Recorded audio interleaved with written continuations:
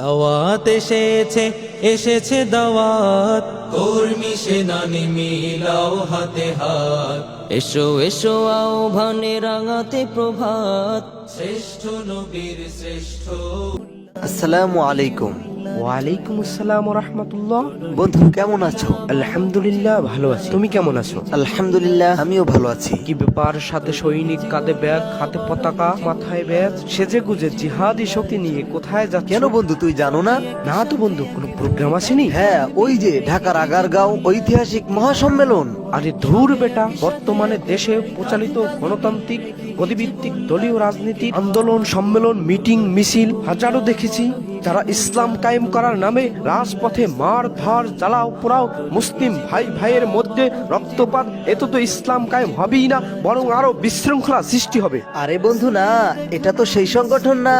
তাহলে এটা কোন দল? এটা হলো আহলে সুন্নাত ওয়াল জামাতের পূর্ণ অনুসারীদের হিজবুল্লাহ কাউন্সিল, যারা দলীয় রাজনীতির ঊর্ধ্বে থেকে সমাজ, দেশ ও জাতির খেদমতের আঞ্জাম দিচ্ছে। যারা ইসলামী রাজনীতি চায়, যে রাজনীতি করেছেন ওলিয়া উলিয়ায়, যে রাজনীতি করেছেন নবীর সাহাবায়, যে রাজনীতি করেছেন স্বয়ং নবী মুস্তফায়।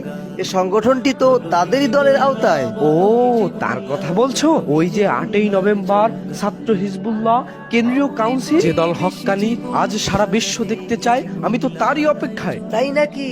হ্যাঁ বন্ধু, আমি তো যাবই, সাথে আমার বন্ধুরাও যাবে। বন্ধুরা তোমরাও যাবে? তাহলে আর দেরি কেন, চল আমরা সবাই মিলে হিজবুল্লাহ কাউন্সিলে একই সাথে যাই।